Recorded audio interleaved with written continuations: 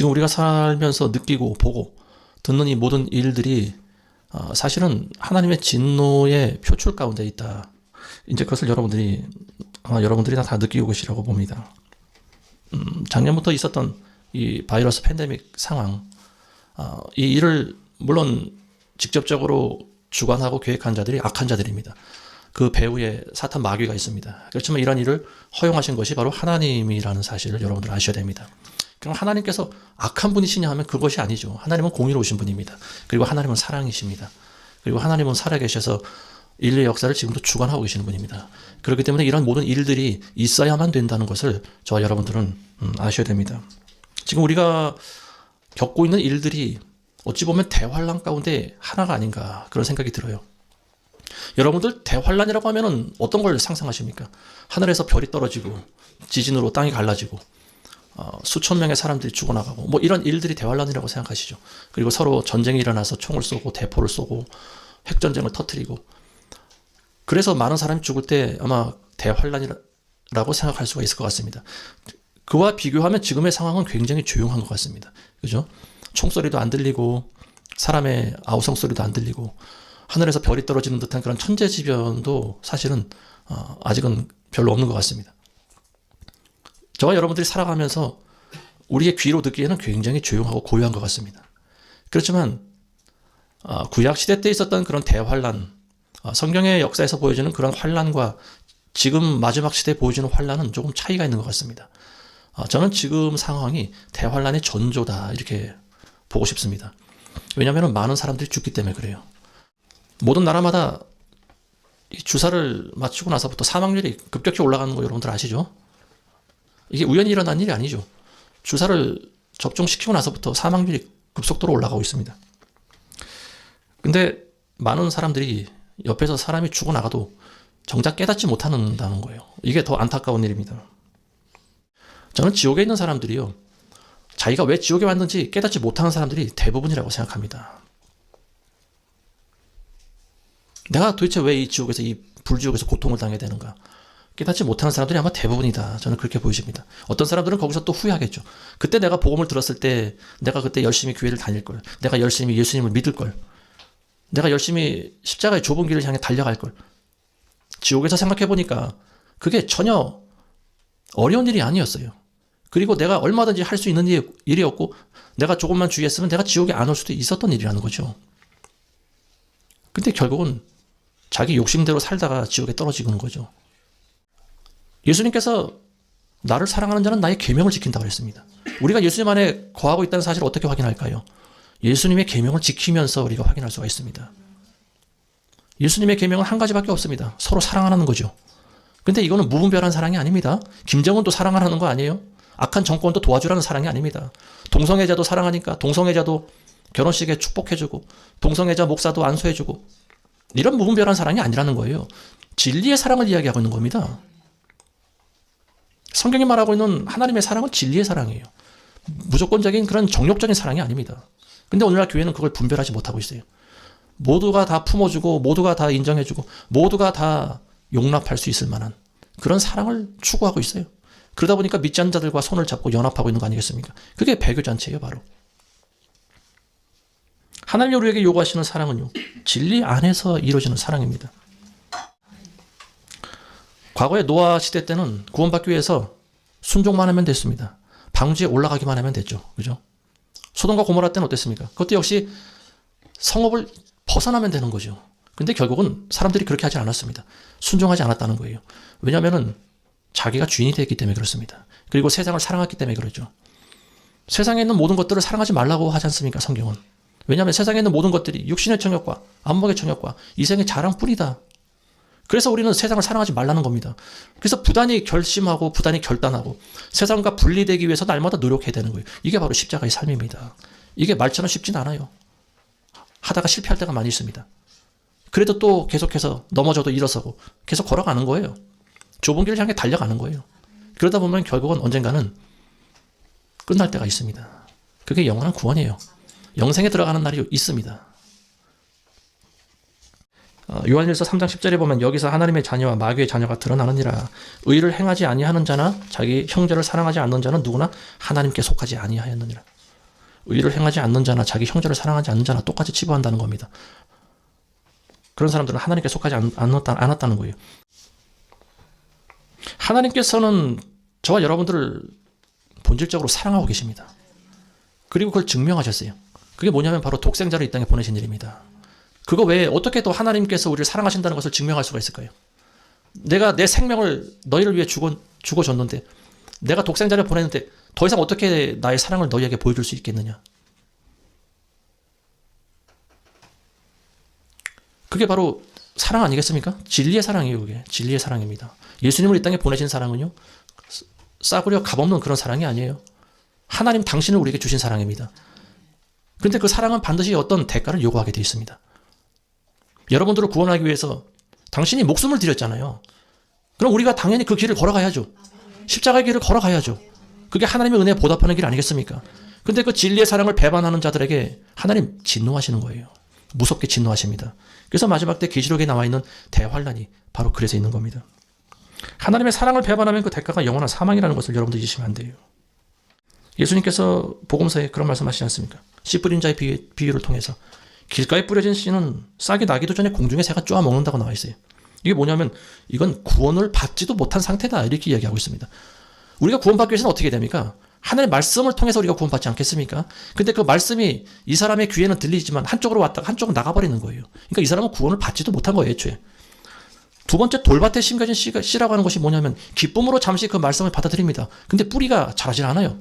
그러니까 시련이 올 때 어떻게 합니까? 하나님을 부인하고 배반하는 거예요. 이것도 역시 구원받지 못한 사람의 모형이죠. 그리고 세 번째로, 가시떨기 위에 떨어진 씨는요, 말씀을 들어요. 어느 정도 뿌리가 좀 자라긴 해요. 그렇지만 이생의 염려와 부와 쾌락에 억눌려 온전함에 이르는 열매를 맺지 못하는 것을 이야기하고 있습니다. 자, 이 길가에 떨어진 거나 돌밭 위에 떨어진 거나 가시떨기 위에 떨어진 거나 하나님의 말씀이 떨어지긴 떨어졌는데 자라지 못하는 거예요. 그리고 조금 자라도 열매를 맺지 못하는 거예요. 이게 모두가 다 구원받지 못하는 케이스를 설명하고 있는 거예요. 어떤 사람이 구원받을 수 있을까요, 그럼? 하나님의 말씀이 좋은 밭에 떨어져야지 열매를 맺는다는 사실입니다.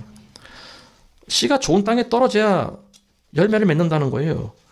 그게 뭐냐면 정직하고 선한 마음으로 말씀을 듣고 지켜서 인내로 열매를 맺는 것이다, 이렇게 성경은 설명하고 있습니다.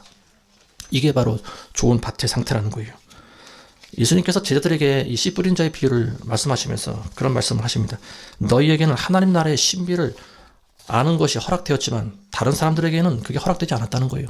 그래서 비유로만 말씀하신다는 겁니다. 왜냐하면 이 사람들이 보아도 보지 못하고 들어도 깨닫지를 못하기 때문이다, 그런 말씀하고 있습니다.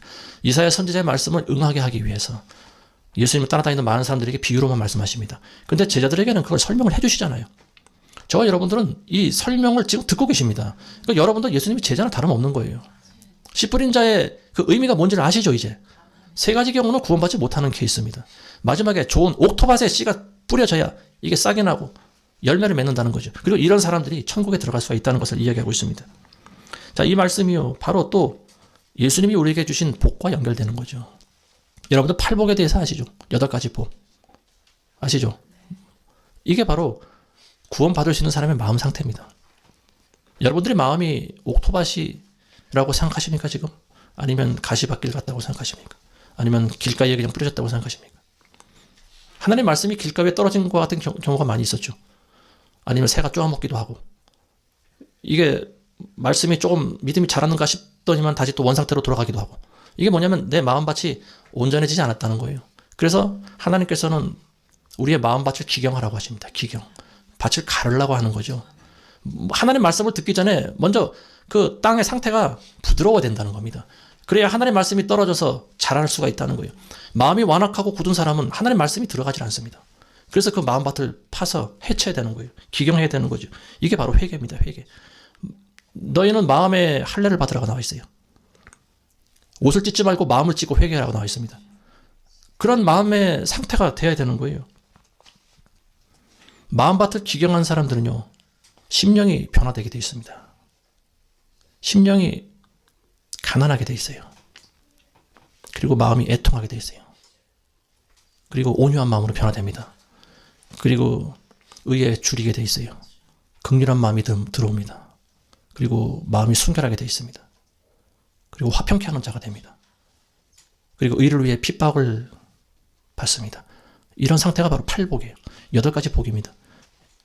하나님께서 여러분들에게 부와 권세를 주신다고 했습니까? 그건 하나님이 우리에게 약속하신 복이 아니에요. 예수님 말씀하신 복이라고 하는 것은요, 여러분들이 천국에 들어갈 수 있는 마음의 상태를 복이라고 하십니다. 그게 바로 성령의 열매죠. 그런 마음밭이 돼야 씨가 떨어져서 싹이 나고 줄기가 나고 잎이 나고 열매를 맺는 거 아니겠습니까? 예수님 말씀하신 복이 바로 이런 거예요. 천국에 들어갈 수 있는 마음의 상태가 되도록 여러분들이 심령이 변화되는 거예요. 여러분들이 인격이 함양되는 거예요. 그래야 천국에 들어갈 수 있다고 하십니다. 그래야 하나님 말씀이 열매를 맺을 수 있다고 하십니다. 아무리 하나님 말씀을 많이 들어도 씨가 떨어져서 자라지 않으면 소용이 없는 거죠.